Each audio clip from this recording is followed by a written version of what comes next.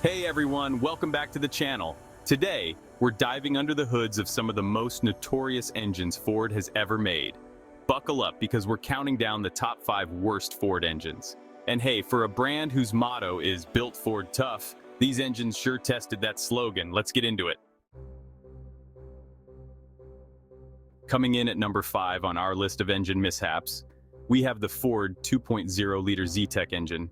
Now, this little guy and I use the term little loosely because, let's face it, nobody wants a repeat performance of its reliability issues. Was found in the Ford Focus and the Escort. You know, those cars your friend's older brother swore were cool but always seemed to be in the shop? Yeah, those. Anyway, the 2.0-liter Zetec was supposed to be a peppy little engine, full of life and excitement, ready to zip you around town. And for a while it did just that. But then, like a bad Tinder date, things took a turn. For the expensive. The Zetec had this nasty habit of going through timing belts faster than a teenager goes through a bag of chips. And when I say going through, I mean snapping them like a twig in a hurricane. Now, for those of you lucky enough to have never experienced the joy of a snapped timing belt, let me enlighten you. It's not good. In fact, it's very, very bad. We're talking potential catastrophic engine damage, kind of bad. The kind of bad that leaves you staring blankly at your mechanic while he mutters something about bent valves and a whole lot of labor. And just like that, your dreams of a cheap and cheerful runabout go up in smoke, replaced by the sinking feeling in your stomach that only comes with a 4-figure repair bill. Ironically, Ford, a company known for building tough trucks, managed to create an engine that would break just in time to keep your mechanic's kids in braces. It's almost impressive, in a morbid sort of way. I mean, who needs a reliable engine when you can have a reliable source of income for your local repair shop? But hey, at least you'll get to know your mechanic really well. You might even get invited to their kids' graduation, paid for by your Zetec's untimely demise. So there's that. In the end, the Ford 2.0L Zetec engine serves as a cautionary tale. It reminds us that not all that glitters is gold, and sometimes a seemingly great engine can turn into a costly nightmare. So if you ever find yourself considering a car with this engine, remember the tales of woe and think twice. It might save you a lot of heartache and money in the long run. All right, moving on to number 4 on our hit parade of questionable engineering, we have the Ford 5.4-liter Triton V8, specifically the 3-valve variant. This bad boy was found in a whole slew of Ford vehicles, from the venerable F-150 to the Expedition and even the Lincoln Navigator. Now on paper, a 5.4-liter V8 sounds pretty darn impressive, right? It conjures images of effortless power, rumbling exhaust notes, and maybe even a few envious glances from your neighbors. And for a while, the Triton delivered on that promise, but then, like a melodramatic soap opera, the spark plugs got involved. See, the Triton had this, quirk, let's call it. The spark plugs had this annoying tendency to either get stuck, like a toddler refusing to give up their favorite toy, or break off inside the cylinder head. And trust me, you don't want to be the one holding the wrench when that happens.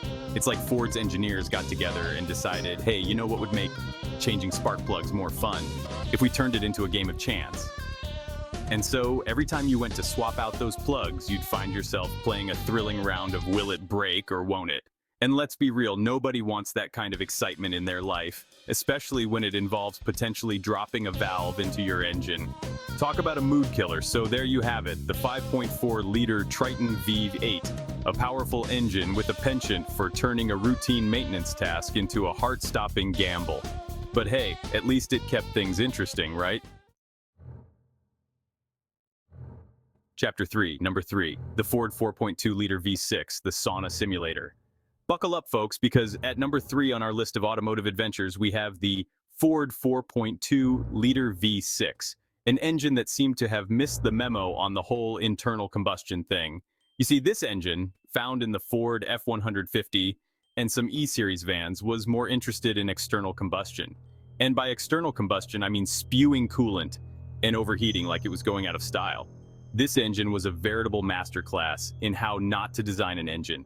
It was like Ford took all the worst parts of other engines, threw them in a blender, and said, hold my beer, watch this. The 4.2-liter V6 was notorious for head gasket issues, intake manifold gasket leaks, and a general inability to keep its fluids where they belonged. Owners of vehicles unfortunate enough to be graced with this engine often found themselves facing overheating problems, coolant leaks, and a nagging feeling that they should have bought a donkey instead. I mean, at least a donkey wouldn't need constant topping up with coolant. But hey, let's look on the bright side, right? If you ever wanted to turn your truck into a mobile sauna, the Ford 4.2-liter V6 had you covered. Just add water or coolant, whatever's leaking at that particular moment, and watch the steam rise. You could even charge people for the privilege of experiencing a real-life simulation of a pressure cooker. So, there you have it, the Ford 4.2-liter V6, an engine that proved that sometimes more cylinders don't necessarily mean a better experience. It was a lesson in how not to build an engine, a cautionary tale for future engineers. And for those brave souls who still drive these vehicles, may your coolant be ever plentiful and your head gaskets ever strong. Chapter 4, Number 2, the Ford 6.0-liter Power-Stroke Diesel V8, Wallet Exhaust. Well, folks, we've arrived at number 2 on our list of engine oddities, and this one's a real doozy. I'm talking about the Ford 6.0-liter Power-Stroke Diesel V8, an engine that lived up to its name in all the wrong ways. This beast of an engine, found in Ford Super Duty trucks like the F250 and F350, was supposed to be the answer to all your heavy-duty hauling needs.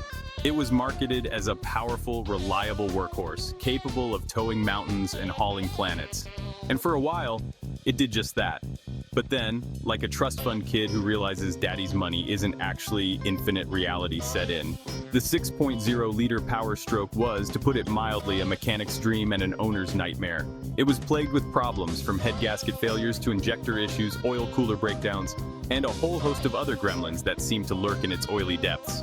It was like Ford took the phrase Power Stroke literally, as in, this engine will stroke your wallet for every last penny you have.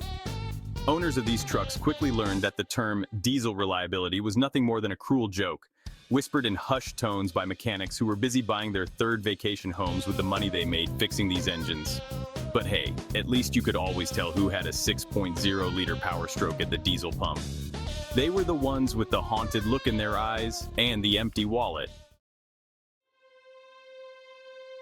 Chapter 5, Number 1, the Ford 3.8-liter Essex 5.6, king of the road to the repair shop. And now, for the moment you've all been waiting for, the granddaddy of them all, the engine that makes all other engines tremble in fear, the undisputed champion of our worst Ford engines list, the Ford 3.8-liter Essex 5.6. This engine, my friends, is a legend in its own right.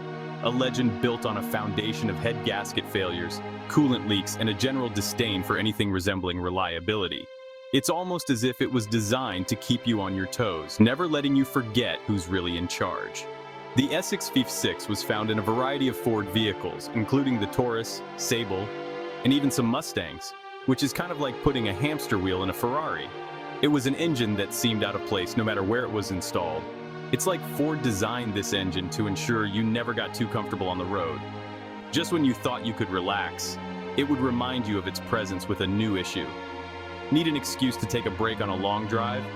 Don't worry, the Essex 5.6 has got you covered with an unexpected pit stop for repairs. It was almost as if the engine had a sixth sense for when you needed a break.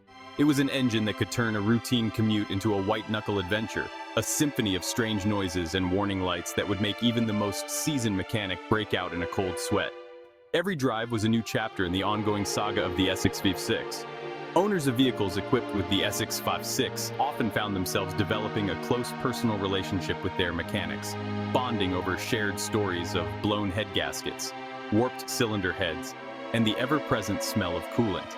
It was a relationship built on mutual understanding and frequent visits. It was a love-hate relationship, really. You hated the engine, but you loved the mechanic who kept it running, even if it felt like you were single-handedly funding their retirement plan. The Essex 5.6 had a way of making you appreciate the small victories. You hated the engine, but you loved the mechanic who kept it running, even if it felt like you were single-handedly funding their retirement plan. Every repair was a reminder of the bond you shared. But hey, at least you could always count on the Essex 5.6 for one thing, providing endless entertainment value. It was the kind of engine that kept life interesting, never letting you get too complacent. Whether it was the constant guessing game of what's going to break next, or the thrill of explaining to your passengers why the car smelled like a radiator had exploded, the Essex 5.6 was never boring. It was an engine that turned every drive into an adventure, for better or worse. So there you have it, folks, the top 5 worst Ford engines. For a company that prides itself on toughness, these engines certainly had their own definition of tough love. Remember, Every manufacturer has its hits and misses, and unfortunately, these engines were misses. If you enjoyed this video, give it a thumbs up, share it with your friends, and don't forget to subscribe for more automotive insights and reviews. Thanks for watching, and we'll see you next time.